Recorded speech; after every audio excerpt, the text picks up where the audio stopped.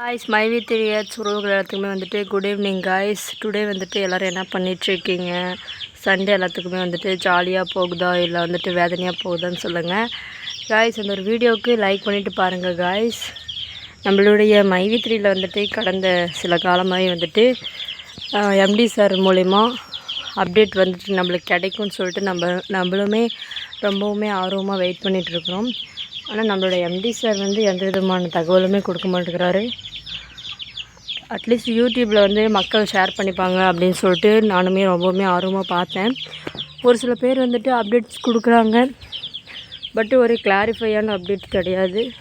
ரொம்பவுமே இம்ப்ரூவ்மெண்ட் ஆயிடுச்சுன்ற லெவலில் இல்லை, ஓகேன்னு சொல்லக்கூடிய வகையில் தான் இருக்குது. ஸோ நீங்கள் வந்துட்டு மைவி திரியட்ஸில் இன்வெஸ்ட் பண்ணி எவ்வளோ நாள் ஆகுது, எத்தனை பேமெண்ட்ஸ் எடுத்துருக்கீங்கன்னு சொல்லுங்கள். நான் வந்துட்டு இன்வெஸ்ட் பண்ணேன், ஆனால் வந்துட்டு ஒரு பேமெண்ட்டு கூட எடுக்கலை. ரொம்பவுமே கவலைக்கிடமான நிலைமையில தான் இருக்குது காய்ஸ். அதனால் வந்துட்டு அடுத்தடுத்து இந்த மாதிரி கவர்மெண்ட்டு சம்மந்தப்பட்ட ஸ்கீமில், போஸ்ட் ஆஃபீஸ் ஸ்கீமில் அந்த மாதிரி கூட சேர்த்து வைக்கலாமே தவிர ப்ரைவேசியாக ப்ரைவேட்டு அதாவது ப்ளே ஸ்டோர் ஆப்பு இந்த மாதிரி விஷயத்தில் தலையிடவே கூடாதுன்னு ஒரு பெரிய ஒரு பாடம் ஒன்று கற்றுக்கிட்டேன். ஸோ அதனால் நீங்களுமே லைஃப் லாங் இதுக்கு மேலே ₹1 கூட வந்துட்டு அனாவசியமாக ஆப்லேயோ வேறு ஏதாவது ஒரு முகம் தெரியாத நபர்கள் சொல்லக்கூடிய விஷயத்துலையோ இன்வெஸ்ட் பண்ணக்கூடாதுன்றதை ரொம்பவுமே ஆணித்தனமாக நான் கற்றுக்கிட்டேன். நான் லேர்ன் பண்ண ஒரு விஷயம்னு பார்த்திங்கன்னா அதுதான். இந்த மாதிரி இதுக்கு மேலே இன்வெஸ்ட் பண்ணி நம்ம வந்து அழிஞ்சு போகக்கூடாது அப்படின்றது தான் நான் கற்றுக்கிட்டேன்.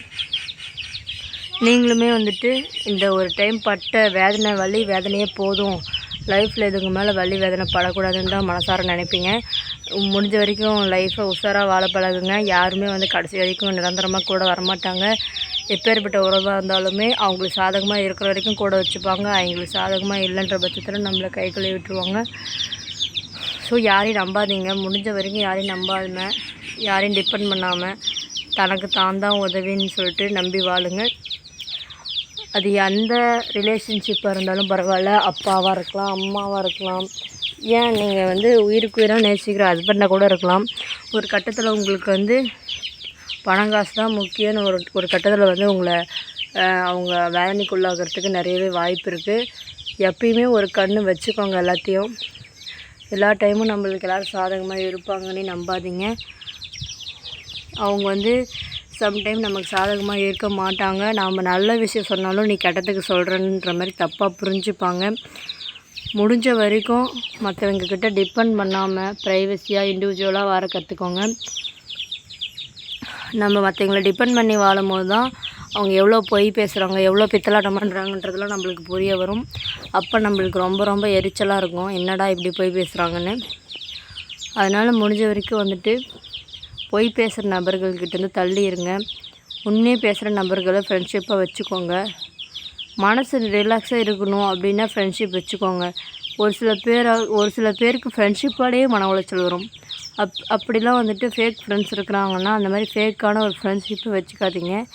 ஃபேக் ஃப்ரெண்ட்ஸ் இருக்கிற இடத்துல நீங்கள் இருக்கிறது வேஸ்ட்டு. ஸோ ஃபேக் ஃப்ரெண்ட்ஸ் இருக்கிறதாவே நீங்கள் வந்துட்டு அவாய்ட் பண்ணிக்கோங்க. ஃபேக்கான ஒரு போலியான நபர்கள் இருக்கிறாங்கன்னா அவங்ககிட்ட பேசாமல் பிடிக்காமல் அவாய்ட் பண்ணிக்கோங்க. அது நம்மளுக்கு லைஃபுக்கு வேஸ்ட்டு. ஒரு பொய்யான நபர்கள் கூட நம்ம வாழ்கிறதே ஒரு வேஸ்ட்டு தான். அது வந்து எந்த உறவை பொய்யாக இருந்தாலுமே அவாய்ட் பண்ணிக்கிறது நம்மளோட மென்டல் கண்டிஷனுக்கு நல்லது. நம்மளோட மென்டல் ஹெல்த்துன்னு ஒன்று இருக்குது, அது எப்பயுமே நல்லா இருக்கணும். அது நல்லா இல்லைன்னா நம்மளுக்கு எந்த ஒரு காரியமே லைஃப்பில் ஓடாது, எல்லாம் நெகட்டிவாக தான் முடியும். முடிஞ்ச வரைக்கும் தனக்கு தானே ஹாப்பினஸ் வந்துட்டு தேடிக்கணும். ஒருத்தவங்க வந்து நமக்கு பண்ணுவாங்க, ஒய்ஃப் வந்து ஹாப்பியாக வச்சுப்பாங்க, ஹஸ்பண்ட் ஹாப்பியாக வச்சுப்பாங்க, பேரண்ட்ஸ் ஹாப்பியாக வச்சுப்பாங்க, கிட்ஸ் ஹாப்பியாக வச்சுப்பாங்க அப்படின்னு ஒருத்தரை டிபெண்ட் பண்ணக்கூடாது. யாரும் நம்மளை ஹாப்பியாக வச்சுக்கணும்னு நினைக்க மாட்டாங்க. அவங்களுக்கும் நம்ம தேவையில்லை.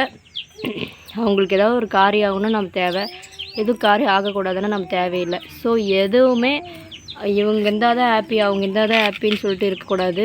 யார் இருந்தாலும் இல்லைனாலும் மைண்டை தெளிவாக ஃப்ரெஷ்ஷாக வச்சுக்கக்கூடிய வகையில் நம்ம இருக்கணும். தான் சம்பாரித்தா தான் தனக்கு சோறுன்ற நிலமையில் தானே வந்து வருத்திக்காமல் நல்ல ஒரு மைண்டை ஃப்ரெஷ்ஷாக வச்சுட்டு அழகாக சம்பாரித்து வாழ்க்கையை வாழணும். அடிப்படை தேவைகளை பூர்த்தி செய்யக்கூடிய வகையில் நம்மளுக்கு தேவையான அடிப்படை வசதி ஃபுல்லாக செஞ்சு வச்சுக்கிட்டு ரிலாக்ஸாக இருக்கணும். எதை நினச்சி ஸ்ட்ரெஸ் ஆகக்கூடாது. அதுதான் கைஸ் நான் நினைக்கிறது மனசில். நீங்களுமே வந்துட்டு நினைப்பீங்க மைண்டில். ஒவ்வொருத்தரும் ஒவ்வொரு டைப்பில் லைஃப்பை வாழலாம். ஒவ்வொருத்தரும் எப்போ பார்த்தாலும் டிப்ரெஷனோடு வாழ்வாங்க. ஒவ்வொருத்தரும் எப்போ பார்த்தாலும் ஜாலியாகவே இருப்பாங்க. ஒவ்வொருத்தரும் கோபமாகவே இருப்பாங்க. ஒவ்வொருத்தருக்கு நான் எப்போ வாழ்ந்தாலும் ஏன் வாழ்கிறேன்னு தெரியலன்னுவாங்க. ஸோ ஒவ்வொருத்தரும் ஒவ்வொரு இயல்பில் வாழ்கிறாங்க. அது ஏன் நீ அப்படி இருக்க, ஏன் நீ இப்படி இருக்க, நம்மளால் யாரையும் பார்த்து கேள்வியெல்லாம் கேட்க முடியாது. அவங்கவுங்க இஷ்டத்துக்கு அவங்க எங்கள் லைஃப்பை வாழ்ந்துட்டுருக்காங்க.